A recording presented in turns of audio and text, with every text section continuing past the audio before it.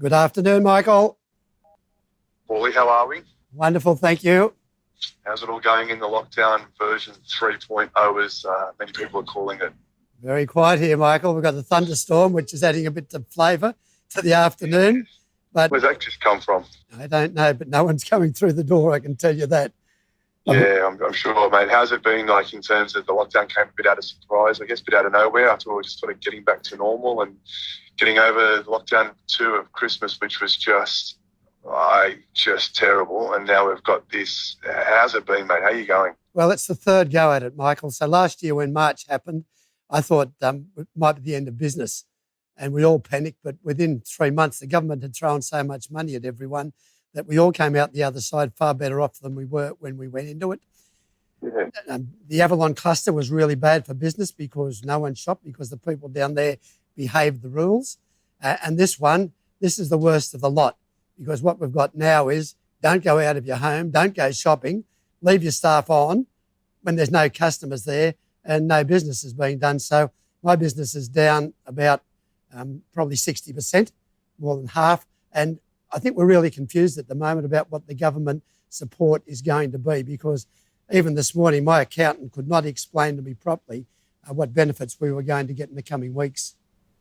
Yeah, and that seems to be the theme coming through. I mean, I was fortunate to be on a hookup with Minister Jude Hope and James Griffin and Sally Stegel and the Manly Chamber of Commerce and dozens of local businesses who were asking these very questions because the message doesn't seem to be that clear. And I want to give a shout out to the state government, in particular and the Small Business Commission, because they're doing everything they can to try and help and assist. But I think because there's so much information, it's really hard. And you guys are trying to just run your business and stay in tune and what's the right thing to do and how do you match that with the rules that the Premier's putting in place. I mean, it's a difficult space, right? Well, in business, Michael, we talk about small business, but there are so many different facets of small business.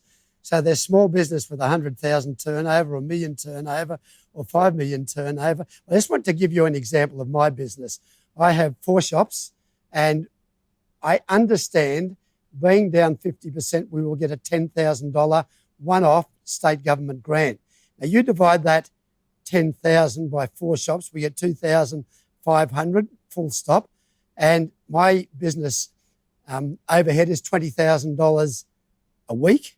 There's no government assistance that's going to bail us out this time. So we're all going to come out the other side in a far worse way than we were when we went into it. And it's the uncertainty, Michael, that's creating anxiety. I have anxiety, my staff have anxiety. We don't actually know exactly what the rules are. And this 40% of wages payment, no one understands exactly what that means. So it's the confusion is what's adding to the anxiety. So Mike, do you think one of the things that I wanted to do, and I know many other businesses are sort of asking me, is there a way we can get to the decision makers? If your accountant's not understanding it, for example, and I've heard this a little bit now from some of the people I've been talking to, would it be worth maybe having the minister address the accountants and ask those questions direct in some sort of webinar forum? Because there's so many different sides to it. Will the support be enough? Will it just complicate things further? You're telling a really good story. And as you just said, every business is different. You've got the micro businesses, the small businesses, the sole traders. You've just got so many different sides to this triangle. It's not even a triangle, it's 7 different sides to this pie. It's crazy. So is there something that we can do as a council, as a community, and share maybe and get maybe the government to maybe target some of their questions to the right people so that we can help get this out quicker? Because I know the government's got good intentions and it's not a criticism of federal or state. I think they're trying to help and they understand the seriousness of it.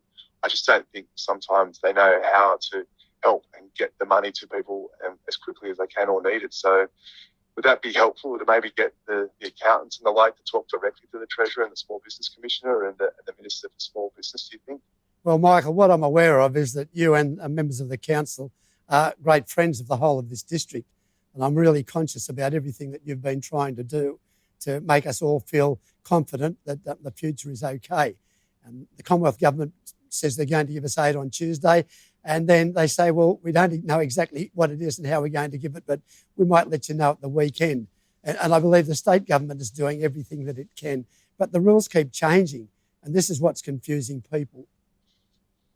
All right. So what we need to do is, what we can do is we can keep lobbying the right people and have the conversations with the right people, because it's not going to go away. And the Premier's today is talking about stricter measures, if you like, and we just saw poor old Victoria go into their, fourth lockdown or something, or fifth lockdown, I think it is. So it doesn't seem to be going anywhere, and the vaccination is slow. So, mate, so I'll do our bit and everything like that, but you hear that term, we're all in this together, but sometimes I don't get to hear that or see that. And I know you've reached out to me a few times and shared and vented and the like, and you've reached out on behalf of other businesses too who are also venting and sharing and telling me that they're all struggling. And so to that point, the mental health side of things, like, you must be seeing a lot with your neighbouring shops and your fellow business people. How are they going, mate? Well, it's very difficult for all of them, Michael. A simple example is a relative of mine who's a casual school teacher. Now, he's not going to get paid anything and he's got no work.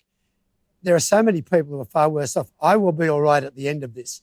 We've got creed in the community. I know the people will come back to us when business starts again, but I really believe that a lot of businesses will not come out the other side of this. So this morning I spoke to my accountant. And I told her I was going to speak to you today and I wanted information.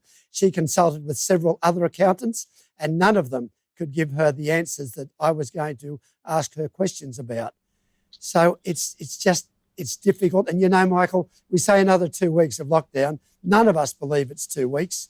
And each time we have another update, it's another week, it's another week, it's another week. It's as though you think you're going to come out the other side and you won't. And if I got one piece of advice and wisdom to share with everyone, it's the serenity prayer, which I use to get me through the days these days, to have the wisdom to accept the things that you cannot change and the courage to change the things that you can. And in this state, we've just got to be in a state of acceptance because we're powerless, Michael. We, who are the traders, have got absolutely no power over what is going on. So true, mate, so true. Look, hang in there.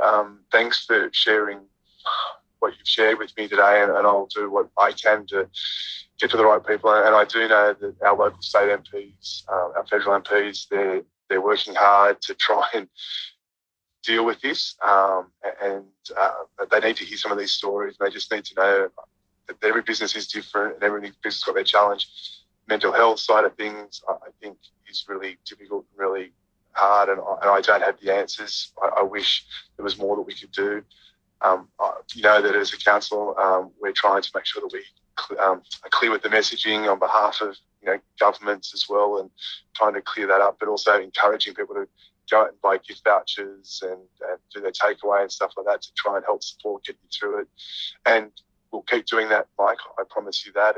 But the community by and large have been pretty good, I think, in responding, which has been fantastic. So we just have to keep encouraging that and keeping encouraging each other. But mate, hang in there. If there's anything else we can do, I know you'll be in contact, but if there's any last messages, fire away. You know what I'm like. I'm just trying to find a solution and try and be proactive in helping. So I'd appreciate anything that you can offer and point me in the right direction. Just fire away now. Yeah, it's a pleasure, Michael. I don't have anything else to say except that we're all grateful for the amount of time and effort you're putting in.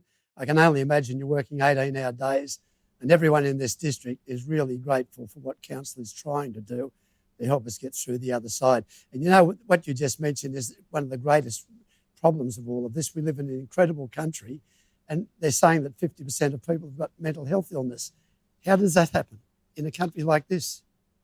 Yeah, I have no words, Mike. I have no words other than I have no words.